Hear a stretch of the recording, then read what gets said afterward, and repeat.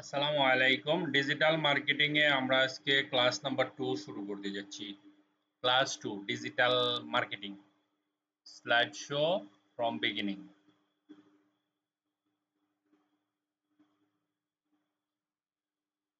ওকে, আজকে আমরা এমন কিছু ওয়ার্ডের সাথে পরিচিত হব যেগুলি আপনার মাথায় থাকতে হবে।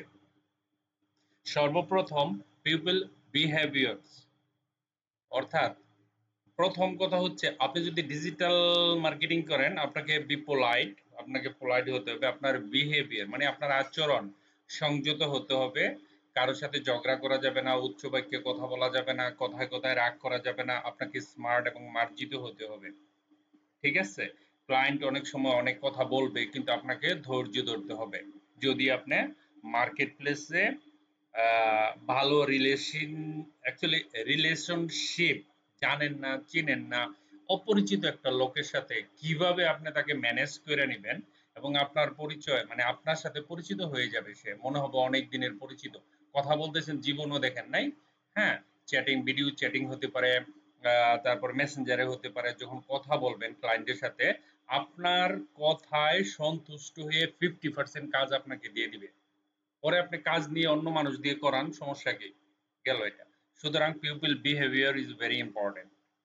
কাস্টমার এঙ্গেজমেন্ট, কাস্টমার এঙ্গেজমেন্ট মানে আপনার ডিজিটাল মার্কেটিং এর আপনার যে কাজগুলো কাস্টমারকে আকর্ষণ, অ্যাট্রাকটিভ করতে হবে, ঠিক আছে? ক্রিয়েটিং ভ্যালু, আপনার পোস্টকে creating value, add creating value. আপনি যাই করবেন না কেন, সেটা ফেসবুকে হোক, ইউটিউবে হোক, ইনস্টাগ্রামে হোক, যেখানেই করেন না কেন, ডিজিটাল অনলাইন বিজনেস হোক, ই কমার্স হোক, কিন্তু ক্রিয়েটিং ভ্যালু থাকতে হবে, ঠিক আছে? প্রবলেম সলভিং, আপনাকে কোনো সমস্যা ক্লায়েন্ট বলতেই পারে, আপনাকে যখন কাজ করতেছেন কোনো প্রবলেম, সেটা হতে পারে আপনার কম্পিউটারের প্রবলেম, হতে পারে আপনার ওয়েবসাইটের প্রবলেম, হতে পারে ইন্টারনেট প্রবলেম, বিভিন্ন প্রবলেম হবেই। সুতরাং সেটা সলভিং করার স্কিল থাকতে হবে। সলভিং অর্থ রেজুলেশন। ওকে, ক্রিয়েটিভিটি আপনার থাকতে হবে, বুঝতেই পারছেন, লাগবেই। অ্যাডাপ্টিং, আপনাকে কিছু অর্জন করতে হবে, ঠিক আছে? আপনি সব সময় একই জিনিস পড়ে থাকলে হবে না। এক এক সময় এক একটা বিভিন্ন ধরনের ডিজাইন বলেন, ওয়েব ডেভেলপমেন্ট বলেন, গ্রাফিক ডিজাইন বলেন, ডিজিটাল মার্কেটিং বলেন, আর কন্টেন্ট ক্রিয়েট বলেন, যেটাই বলেন করেন না কেন, অ্যাডাপ্টিং পাওয়ার থাকতে হবে। অ্যাডাপ্ট অর্থ তো বুঝতেন, নতুন নতুন জন্ম দেওয়া, ঠিক আছে? এক এক সময় এক একটা চ্যালেঞ্জ নিতে হবে আপনাকে। আপনার পাশে হাজার হাজার লক্ষ লক্ষ মানুষ, তারাও একই কাজ করতেছে। তাদের কাজের চেয়ে আপনার কাজটা কিভাবে বেটার হয় সেই দিকে আপনার মনোযোগ দিতে হবে। আপনাকে সেই জিনিসটা জানতে হবে। দেখেন, ক্রিয়েটিভিটি আপনি বানাইলেন একটা জিনিস, কম্পিটিশন, এখানে অ্যাডাপ্টিং শুরু হয়ে গেল, কম্পিটিশন, তারপরে চ্যালেঞ্জ। আপনি অবশ্য আপনার হার্ড ওয়ার্ক, কঠোর পরিশ্রম করলে আপনি চ্যালেঞ্জে জিতে যাবেন।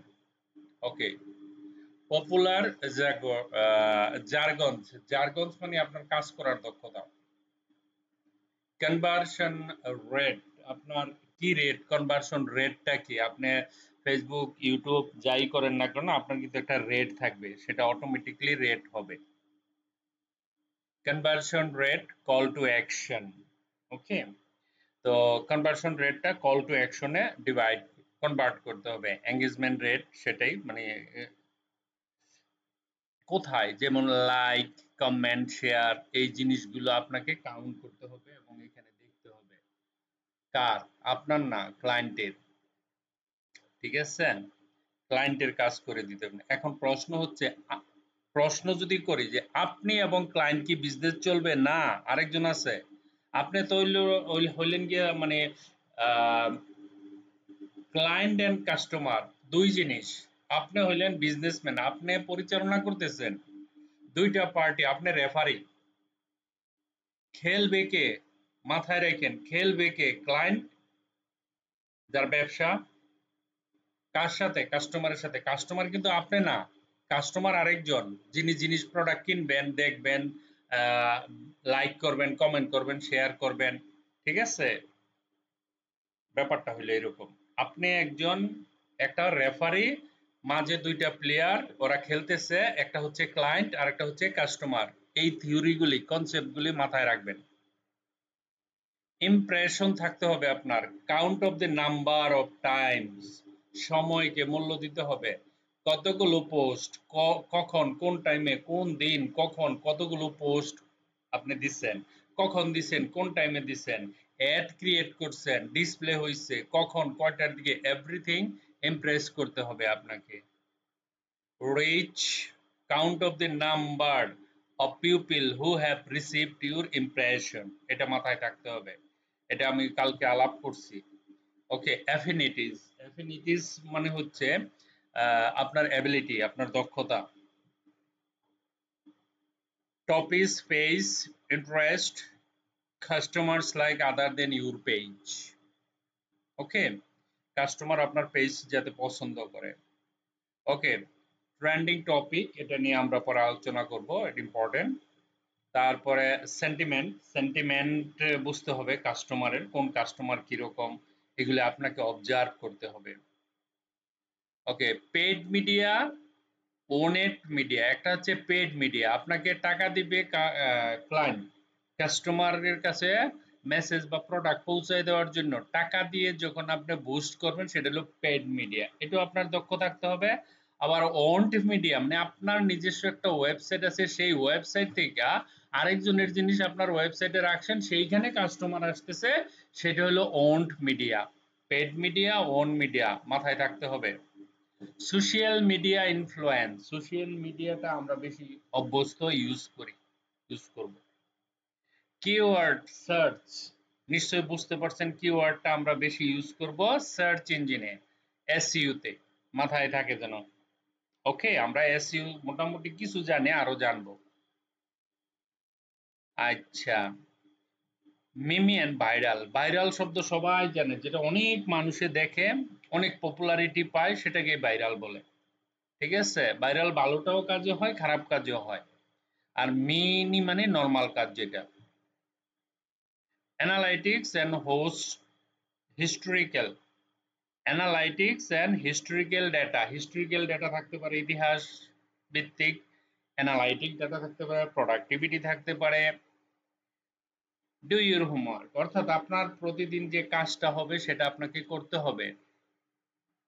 ডিসিপ্লিন আকারে বৈশা, গ্রুপ আকারেও আপনারা করতে পারেন, কোনো সমস্যা নাই।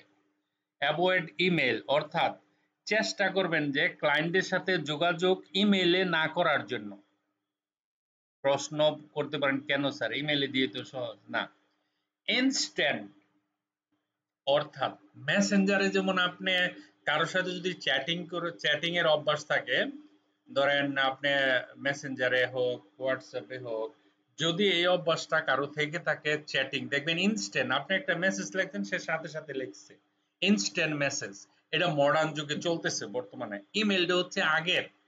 ঠিক আছে, ক্লায়েন্ট যদি বলে ইমেলে পাঠান, সেটা তো অন্য কথা, পাঠাবেন বা যোগাযোগ করবেন, বলতে পারে যে হ্যাঁ ঠিক আছে, আমাকে এই আমার ইমেল অ্যাড্রেস, আমাকে আপনার কাজটা ইমেলে ড্রপ করে দেন। তো সে আইসা হয়তো বা দূরে কোথাও আছে, চ্যাটিং করতে পারতেছে না, ইন্টারনেট নাই, ঠিক আছে, অথবা ওর ওই মিডিয়া নাই, চ্যাটিং নাই, সেটা হতে পারে। কিন্তু নর্মালি আপনি যেটা করতে চেষ্টা করবেন, হোয়াটসঅ্যাপ, মেসেঞ্জার, ফেসবুক মেসেঞ্জার, ওইখানে ওইটাতে কাজ করবেন। ঠিক আছে, অ্যাভয়েড ইমেল, ইমেলটা একটু কম করার চেষ্টা করবেন।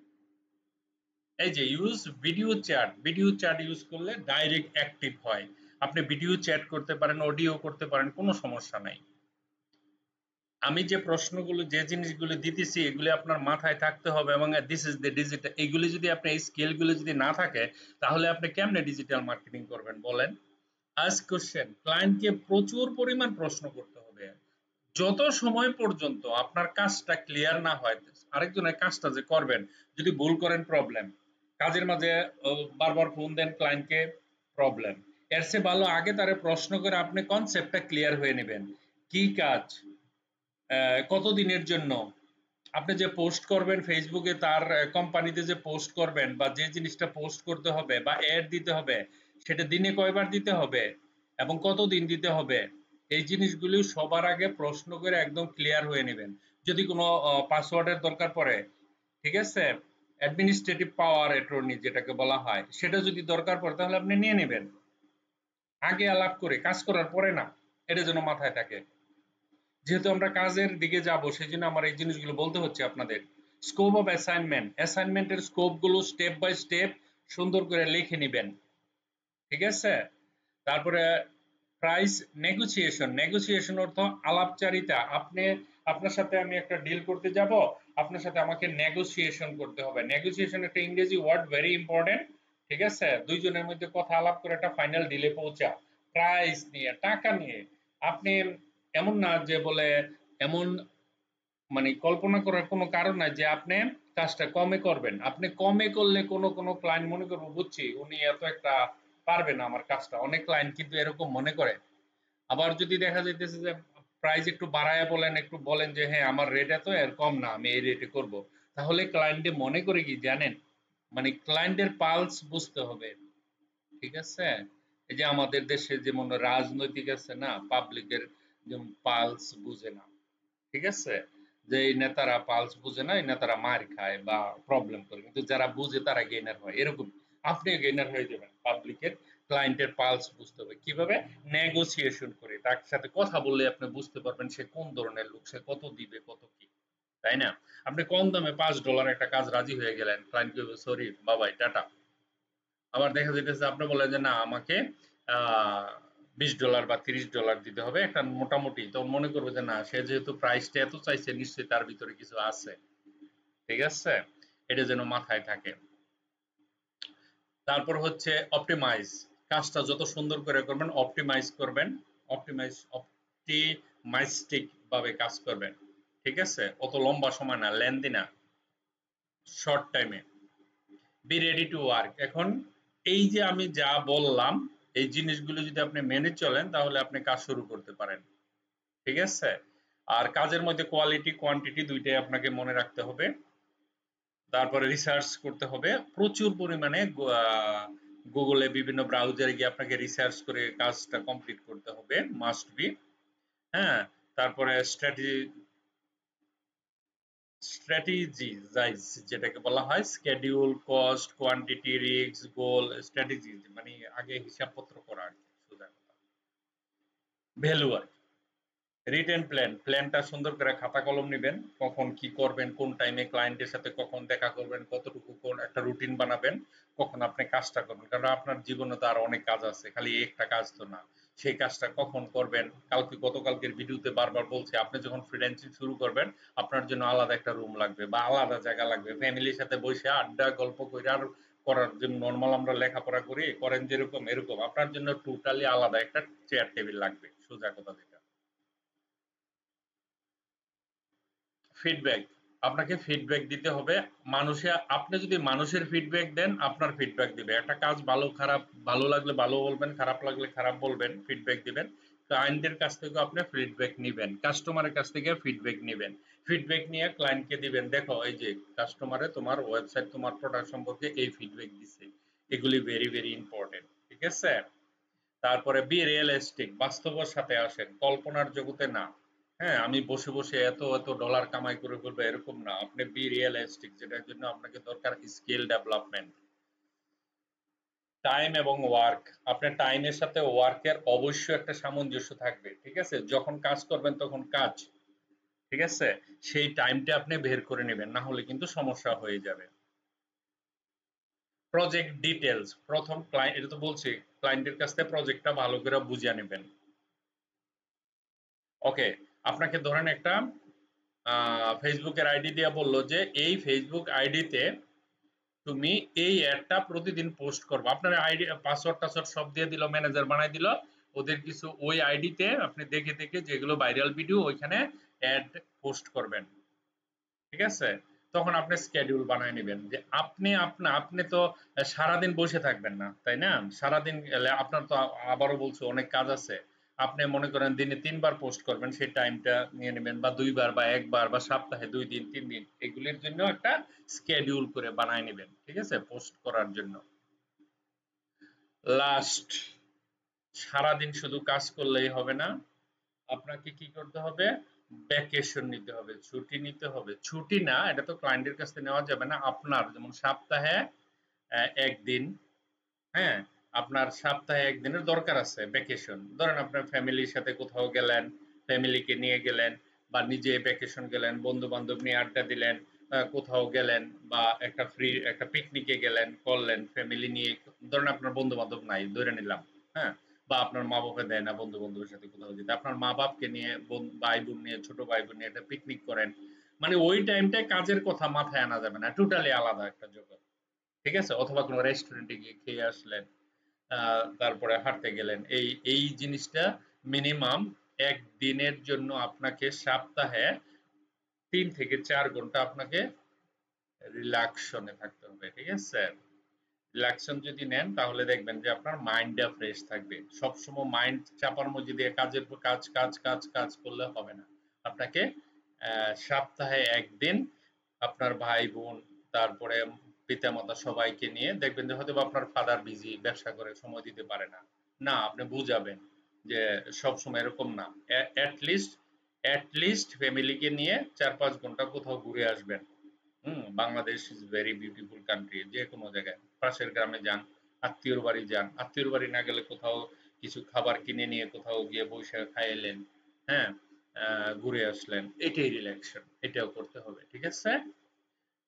আশা করি বুঝতে পারছেন। আমরা বলতে পারেন আমি কয়েকটা ভিডিও হবে যেটা থিওরিটিক্যাল। সে থিওরিটিক্যাল পার্টটা কমপ্লিট করে আমরা ডাইরেক্ট কাজে চলে যাব স্লোলি। আপনি বুঝতেই পারবেন না, হ্যাঁ? কখন কাজের ভিতরে চলে গেছেন। ঠিক আছে? Thank you very much for watching this video. By.